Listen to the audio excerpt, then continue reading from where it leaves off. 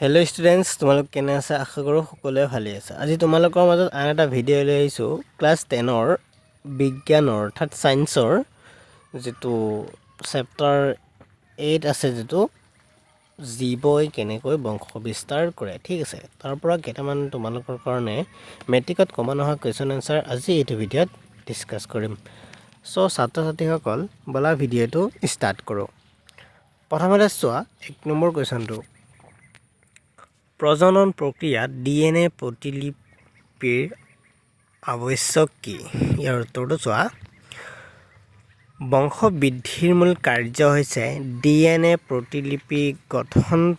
প্ৰজননৰ সময়ত নিৰ্দিষ্ট DNA প্ৰতিলিপি এটা গুৰুত্বপূৰ্ণ বিষয়, যি জীৱৰ দেহৰ অৱয়ব এনেদৰে গঠন কৰে যে নিৰ্দিষ্ট বাসস্থান ব্যৱহাৰৰ বাবে উপযোগী হয়, ঠিক আছে। তো নেক্সট কুৱেশ্যনটো চোৱা 2 নম্বৰটো। প্ৰজাতিৰ কাৰণে ভিন্নতা প্ৰয়োজন, কিন্তু একক জীৱৰ কাৰণে গুৰুত্বপূৰ্ণ নহয় কিয়? এইটো উত্তৰটো চোৱা। কোনো জীৱৰ নিয়ন্ত্ৰণৰ বাহিৰৰ কোনো কাৰণবশতঃ অনুকূল অৱস্থা এটা পৰিৱৰ্তিত হ'ব পাৰে, আৰু তেতিয়া জীৱৰ আবাদী সম্পূৰ্ণভাৱে নিৰ্মূল হৈ যাব। অৱশ্যে কেতিয়াবা এই আবাদীৰ কিছু জীৱৰ ভিন্নতা আহিব পাৰে আৰু জীয়াই থাকিবলৈ কিছু সুবিধা হ'ব পাৰে। এনেকৈ যদি নাতিশীতোষ্ণ জলভাগত বেক্টেৰিয়া আবাদী বাস কৰি থাকে আৰু গোলকীয় উষ্ণতা বৃদ্ধিৰ বাবে কিছুমান বেক্টেৰিয়া ধ্বংস হৈ যাব পাৰে, আৰু কিছুমান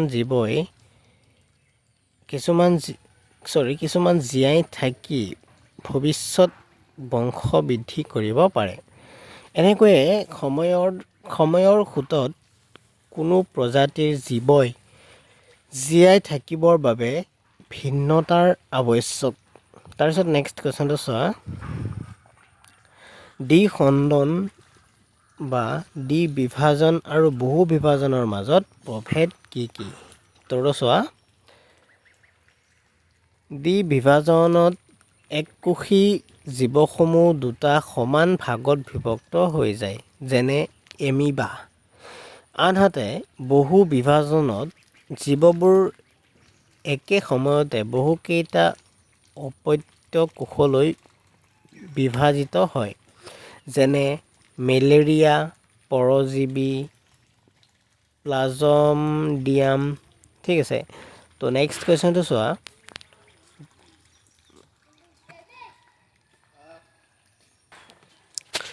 যদি কোনো জীৱই ৰেণুৰ দ্বাৰা বংশ বিস্তাৰ কৰে, তেতিয়া ই এনেদৰে লাভান্বিত হ'ব। উত্তৰটো চোৱা। ৰেণুবিলাকৰ পৰাই ৰাইজপাছৰ সৃষ্টি হয়। এই ৰেণুসমূহ হ'ল জনন কোষ। ৰেণুসমূহ বেৰেৰে সুৰক্ষিত হৈ থাকে।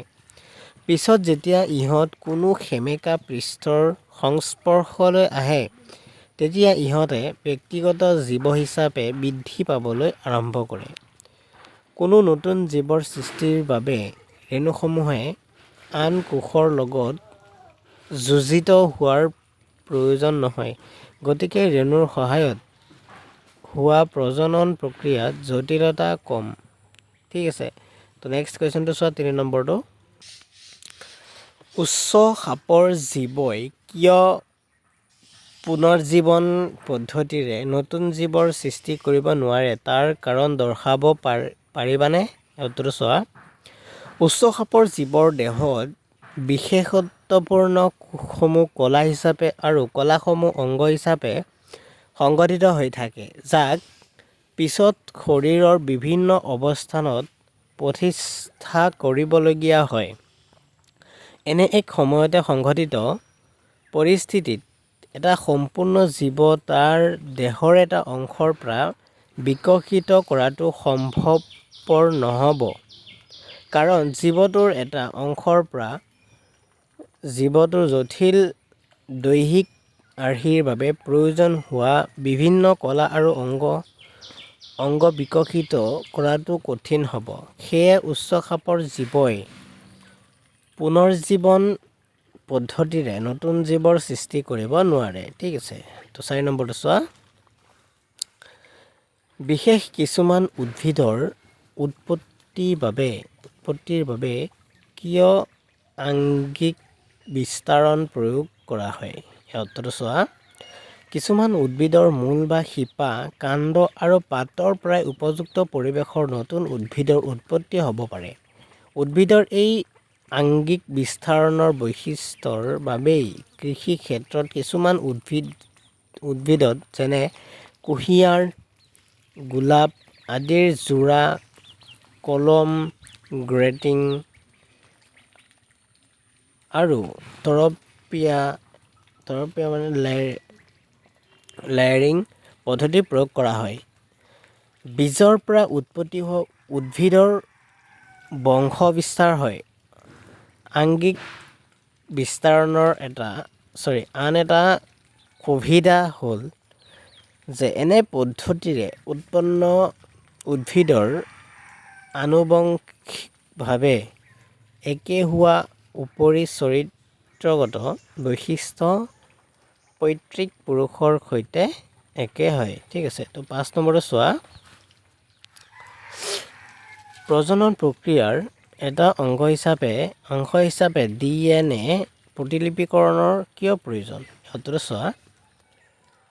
DNA জীৱদেহত থকা এক প্ৰধান জেনেটিক দ্ৰব্য। ই বংশগত গুণসমূহৰ বাহক। ইয়াৰ জৰিয়তে বংশগত চৰিত্ৰসমূহ পুৰুষানুক্ৰমে গতি কৰে। ই প্ৰতিলিপিকৰণ কাৰ্যত ভাগ লয় আৰু প্ৰটিন সংশ্লেষণ কাৰ্যৰে ধৰি জীৱকোষৰ সকলো জৈৱ সংশ্লেষণ প্ৰক্ৰিয়া নিয়ন্ত্ৰণ কৰে।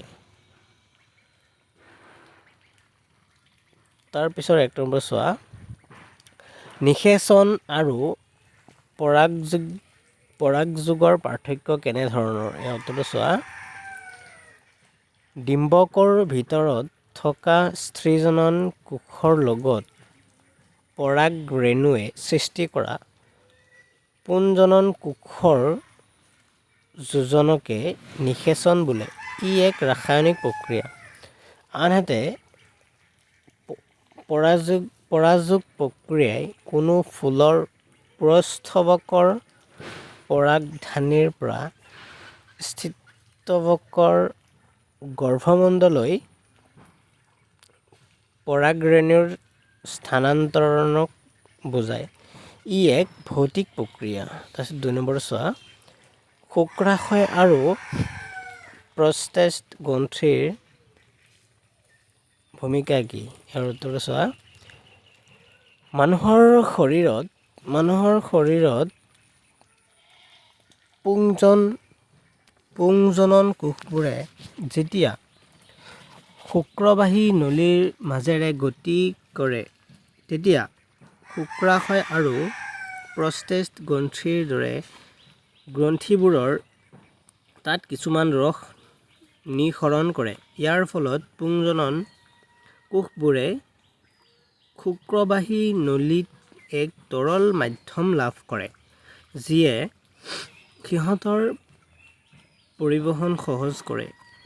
এই তৰল মাধ্যমে পুংজনন কোষক পৰিপুষ্টিৰ যোগান ধৰে। ঠিক আছে। তাৰপিছত 3 নম্বৰটো চোৱা। কৈশোৰ কালত ছোৱালীৰ দেহত কেনেধৰণৰ পৰিৱৰ্তন দেখা যায়? আৰু উত্তৰটো চোৱা। পৰিৱৰ্তনসমূহ 1 নম্বৰ, ছোৱালীবোৰৰ ঋতুচক্ৰ আৰম্ভ হয়। তাৰপিছত 2 নম্বৰটো চোৱা। যৌনাংগৰ কাষত চুলি গজা দেখিবলৈ পোৱা যায়। তাৰপিছত 3 নম্বৰটো চোৱা। মুখৰ ছাল তেলেতীয়া হয় যাৰ ফলত এই অংশত খালমইনা উঠে। তাৰপিছত 4 নম্বৰটো চোৱা।